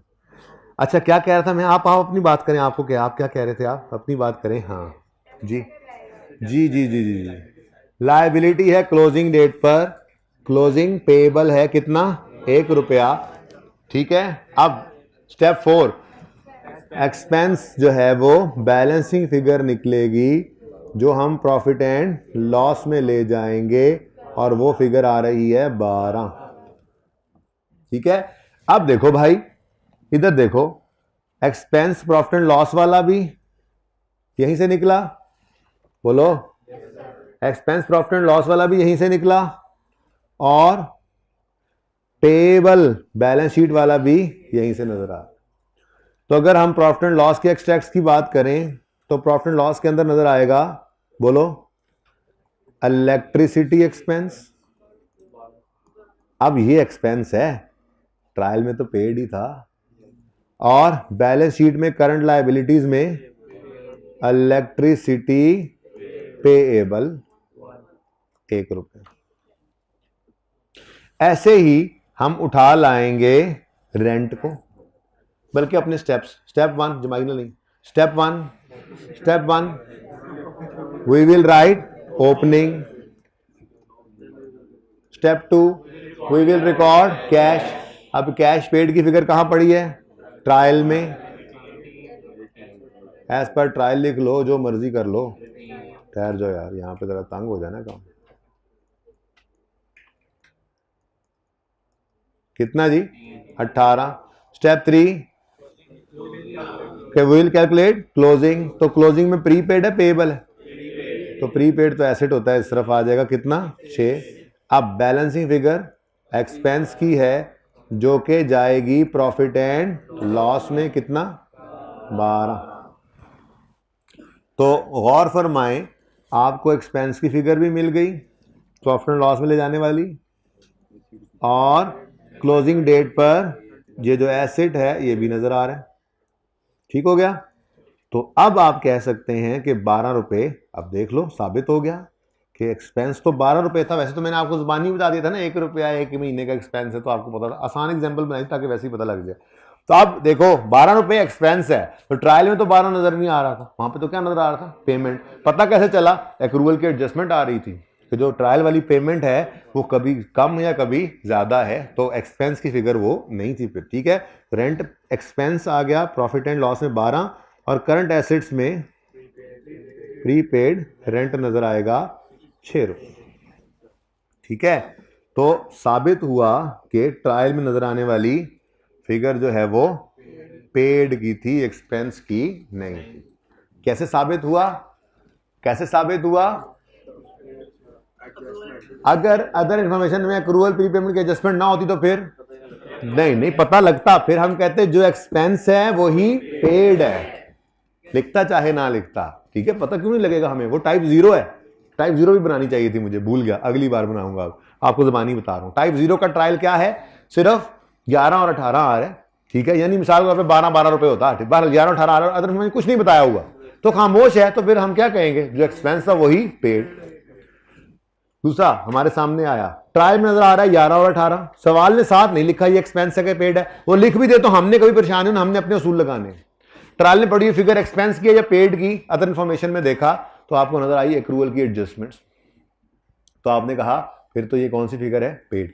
अच्छा, वैसे ना 99% केसेस में आपके सामने वही ट्रायल आता है, इसलिए इंट्रो में उस्ताद क्या दिया करते थे, ट्रायल में तो हमेशा पेड की फिगर ही होती है, क्योंकि उन्हें पता होता था कि उस पर्चे में आपसे उसने यही वाला ट्रायल पूछना है, जो अब बनाने लगा वो थोड़ा ही पूछेगा, उसमें तो आपको कुछ करना ही नहीं पड़ेगा सारा कुछ उसने करके दे देना है, तो फिर आपने क्या करना है। तो दूसरी टाइप का ट्रायल देखते हैं आप। अच्छा, अब ये जनाब पढ़ा लिखा अकाउंटेंट है, ठीक है, और इस पढ़े लिखे अकाउंटेंट ने बिल पे किया 11 रुपए का टोटल, और साथ ही इसने पूछ भी लिया ओनर से या एडमिन वालों से कि भाई साहब ये जो 11 का बिल है, ये 11 का बिल पूरे साल का है या कुछ कम ज़्यादा है। तो उन्होंने कहा ये सिर्फ नवंबर तक के बिल्स हैं, दिसंबर का बिल अभी आया है, पे हम करेंगे 5 तारीख को जनवरी में जाके। तो उसने कहा अच्छा, इसका मतलब 1 महीने का तो पेएबल है। उसने फटाफट यहाँ पे लिखा 1 रुपए का पेएबल, ठीक है, और साथ ही उसने एक्सपेंस की फिगर निकाली, जो प्रॉफिट एंड लॉस वाली फिगर होती है, बैलेंसिंग, ठीक है, कितनी, 12। ऐसे ही उसने रेंट पे करते हुए अकाउंटेंट ने 18 का जब रेंट पे किया तो उसने एडमिन वालों से पूछा तो कौन सी बिल्डिंग ली है, ये जी साथ वो दुकान नहीं बना रहे हैं। अच्छा, कितने अरसे का रेंट है ये, 18 महीनों का जी, आज ही एडवांस दे दिया, 1.5 साल का हमने किराया एडवांस दिया। अच्छा, यानी कि इसमें से 4 तो प्री पेमेंट है, सॉरी 6, ठीक है, तो फिर 12 क्या हो गया, एक्सपेंस। अब ये चूंकि पढ़ा लिखा अकाउंटेंट था तो इसने सारा काम कर दिया ऑलरेडी। अब जब इसने ट्रायल बनाया तो इसके ट्रायल में नजर आया इलेक्ट्रिसिटी 12 रुपए और पेएबल, बल्कि मैं यूं लिखता हूं closing electricity payable, closing electricity payable 1 रुपया।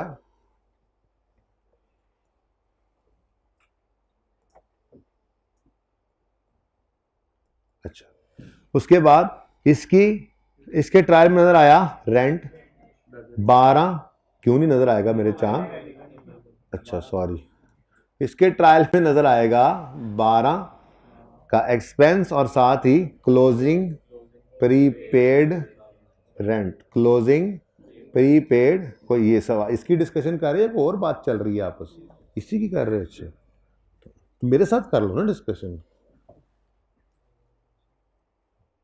6 क्यों? अब बताएं जी, क्या ऐसा ट्रायल आपको देगा? नहीं देगा। इधर देखो, इधर देखो मेरे बच्चों, मेरे प्यारे बच्चों, इधर देखो, कोई अदर इंफॉर्मेशन में कोई बात नहीं बताई गई है। और अगर ऐसा ट्रायल आपके सामने हो तो देखो, आपने कुछ नहीं करना, आपने फिगर्स उठाते जाना है और इधर प्लेस करते जाना है। इलेक्ट्रिसिटी, इलेक्ट्रिसिटी मैंने लिखा नहीं साथ एक्सपेंस, लेकिन आप श्योर हैं, कह सकते हैं कि ये एक्सपेंस ही है, क्योंकि क्लोजिंग पेएबल और प्रीपेड ट्रायल में नजर। ऐसा ट्रायल कभी देखा था आपने क्लोजिंग प्रीपेड पेएबल पढ़े हो? कोई ऐसा ट्रायल आपको देता ही नहीं था, क्योंकि ऐसे ट्रायल को देने से क्या होना था, इधर देखो आपने लिखना था इलेक्ट्रिसिटी एक्सपेंस 12, रेंट एक्सपेंस 12, फिर इलेक्ट्रिसिटी पेएबल, इलेक्ट्रिसिटी पेएबल 1 रुपया और प्रीपेड रेंट 6 रुपए। अब भला बताओ, ये देखे आपसे उसने कोई काम नहीं करवाना था? इसलिए कभी इस तरह का ट्रायल आपको नजर नहीं आता था, और उस्ताद कह देते थे कि ट्रायल में तो पेड की फिगर होती है। हो नहीं, जरूरी नहीं है कि ऐसा हो सकता है कभी ट्रायल में एक्सपेंस की फिगर पड़ी हो, लेकिन उस ट्रायल की निशानी क्या होगी? उस ट्रायल की निशानी होगी कि क्लोजिंग प्रीपेड और क्लोजिंग पेएबल जो है वो ट्रायल के अंदर ही नजर आ रहे होंगे, और अदर इंफॉर्मेशन में एक्रूवल की कोई एडजस्टमेंट नहीं होगी। अच्छा, अब एक तो था टाइप 0 और दूसरा टाइप 1, तीसरा टाइप 2, एक टाइप 4 भी हो सकती है, पर वो भी मैंने बतानी नहीं है, ठीक है? वो सिर्फ जबानी, वो क्योंकि वो अलग, क्योंकि उसको अलग करने की मैं को जरूरत समझ नहीं रहा जरूरी, ठीक है? वो क्या है?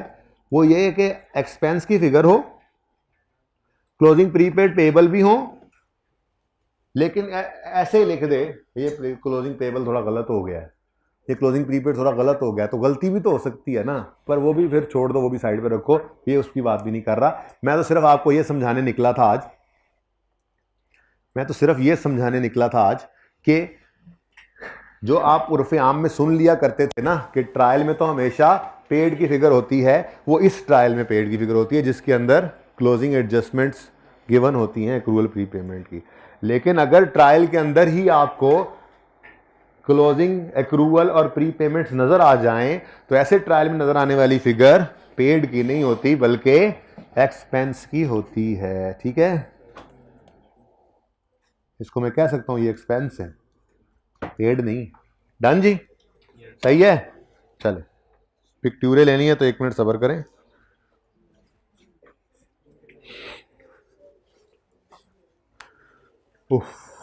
ये सारी बात मैंने सिर्फ इसलिए की थी कि मैंने आपको, असल में ना पिछली क्लास में मैंने जुमला बोल दिया कि ट्रायल में तो हमेशा पेड की फिगर ही होती है, उस्तादों ने बताया होगा, तो उन्होंने फिर थोड़ा सा महसूस किया इस बात को, तो फिर मैंने कहा चलो थोड़ा सा गपशप लगा लेते हैं।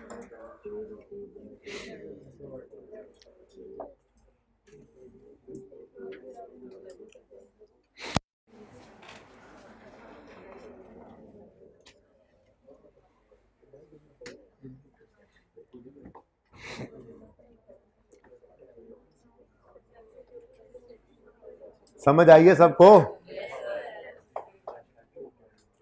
जल्दी कर लो, तस्वीरें खींच भी लो, तस्वीरें वो हाइब्रिड वालों ने खींच भी ली हैं तस्वीरें, देखो कितने आप लोग निकम्मे और नालायक हो। फौरन हाइब्रिड में 2-3 मोबाइल निकल आए जी, नहीं हम भी खींच रहे हैं।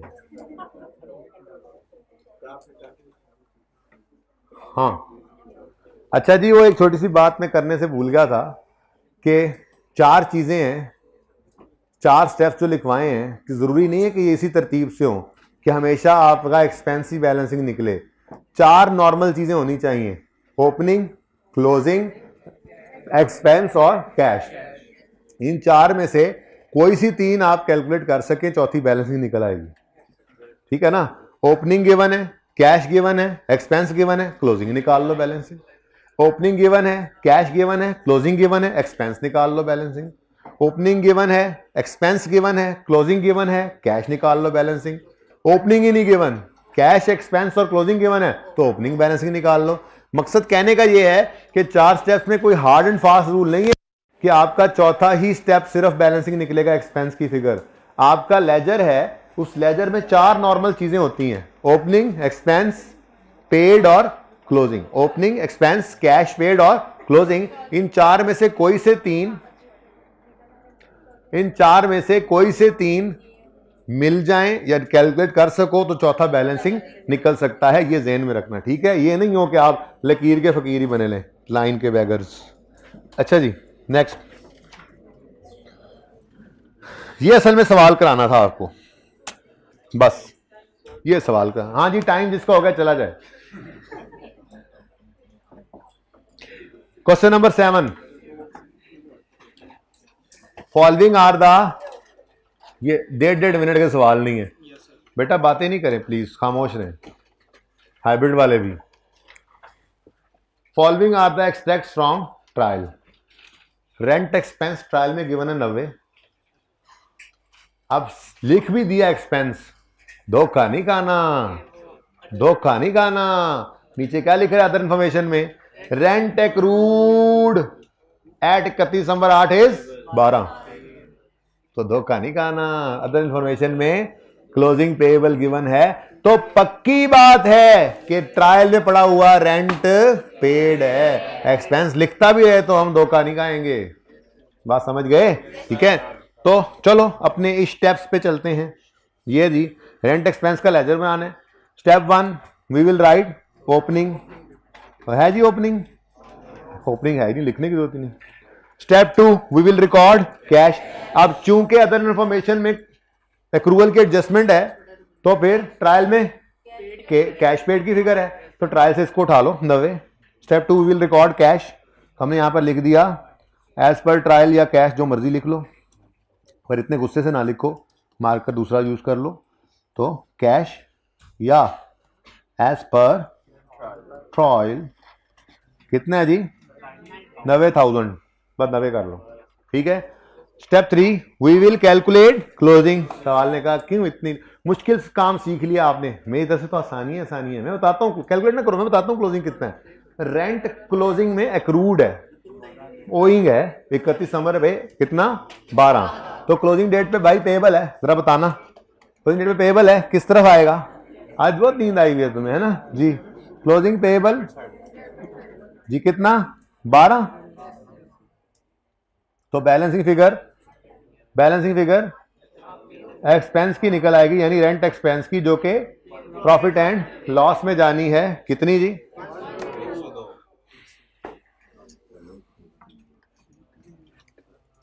ओके। तो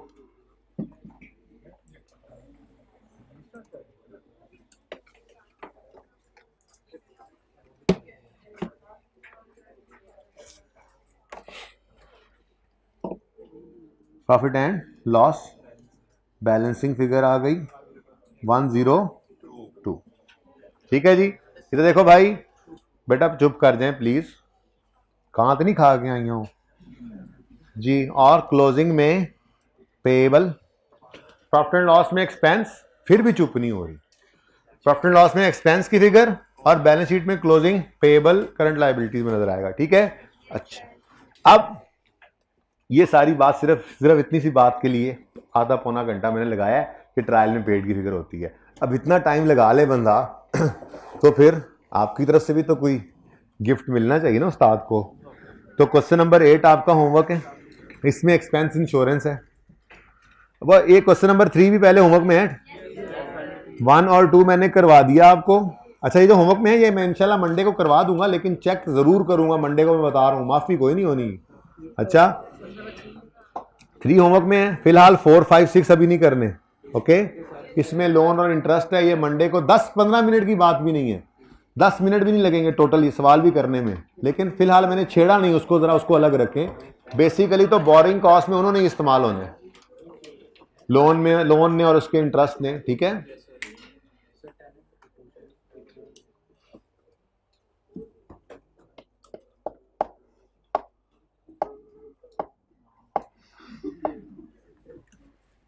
अच्छा जी, क्वेश्चन नंबर 8 होमवर्क में, 9 होमवर्क में कोई 1-2 सवाल फंसेगे भी सही, ऐसे नहीं है कि कोई बिल्कुल सारे ही हो जाएंगे, कोई मसला नहीं। 10 होमवर्क में है और सबसे इंपॉर्टेंट मेरा फेवरेट क्वेश्चन, इसमें कुछ भी नहीं है भाई, सिर्फ मैं बिल्कुल सारे ही करवाऊंगा लेकिन करके आप लोग आएंगे तब, वरना क्लास में बैठने की जरूरत नहीं है, निकाल दूंगा। अच्छा जी सुने,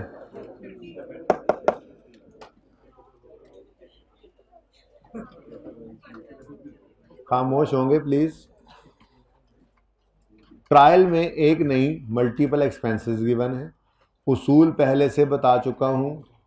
ये ट्रायल में कैश पेड की फिगर पड़ी होती है। मिसाल के तौर पे रेंट, एडजस्टमेंट टू रेंट की है, रेंट ट्रायल में नजर आ रहा है 900, ये ट्रायल में रेंट लिखा हुआ है, इनकम भी तो हो सकती है। एडजस्टमेंट में नहीं पता लग रहा, ट्रायल की डेबिट साइड पे पड़ा है, एडजस्टमेंट की बात बाद में करना। ठीक है, सुने जी, एक्सपेंस है ये, लेकिन एक्सपेंस क्यों नहीं कह रहा, क्योंकि अदर इंफॉर्मेशन में इसकी एडजस्टमेंट गिवन है, तो ये ट्रायल में मैंने इसको कहना है पेड की फिगर है। और नीचे कहता है rent of 300 for last 3 month of 13 had not been paid and no entry has been made, तो भाई क्लोजिंग पेबल है, तो वही आपने अपने स्टेप्स को फॉलो करना है। प्रॉफिट एंड लॉस भी वाली फिगर भी निकलेगी और बैलेंस शीट वाली भी। ऐसे ही ऊपर स्टेशनरी आ रही है, स्टेशनरी को भी किसी और एक्सपेंस की तरह से एक्सपेंस समझो। ये कॉलेज वालों ने मार्कर खरीदे, डस्टर खरीदे, रख लिए, सारे इस्तेमाल नहीं हुए, तो क्लोजिंग डेट पे जो बच गए वो जैसे एक्सपेंस प्रीपेड में एसेट है, ये क्लोजिंग में स्टॉक में एक एसेट बन जाता है। तो ओपनिंग पड़ा है, खरीदा है कैश पे करके, क्लोजिंग पड़ा है, बाकी का कंज्यूम हो गया, वो एक्सपेंस है। इसी तरह से हर एक क्वेश्चन, हर एक स्टेप है इसके अंदर। लेकिन मेरी तसल्ली तब होगी, अगले पे भी होमवर्क लिखा हुआ है, मेरी तसल्ली तब होगी जब हम इनकम स्टेटमेंट और बैलेंस शीट के एक्सट्रैक्ट्स भी बनाएंगे। इस सवाल की गलती सही कर लो, जिन्होंने किताबें बंद करके बैग में डाल दी थी, निकाल के। यहाँ पर 31 दिसंबर 12 गलती से लिखा हुआ है, इसको 31 दिसंबर 13 कर लीजिए, मैं फिर इस दफ़ा भूल गया हूँ। ये पेज नंबर 468 पे हम चल रहे हैं।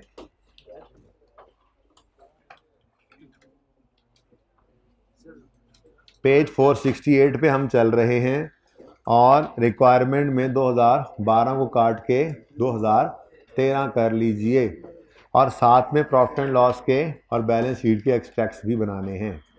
तो असल सवाल तो यही है, 11वां और फिर 12वां भी एक अच्छा सवाल है। तो आपने जी होमवर्क लिख दिया इसके साथ,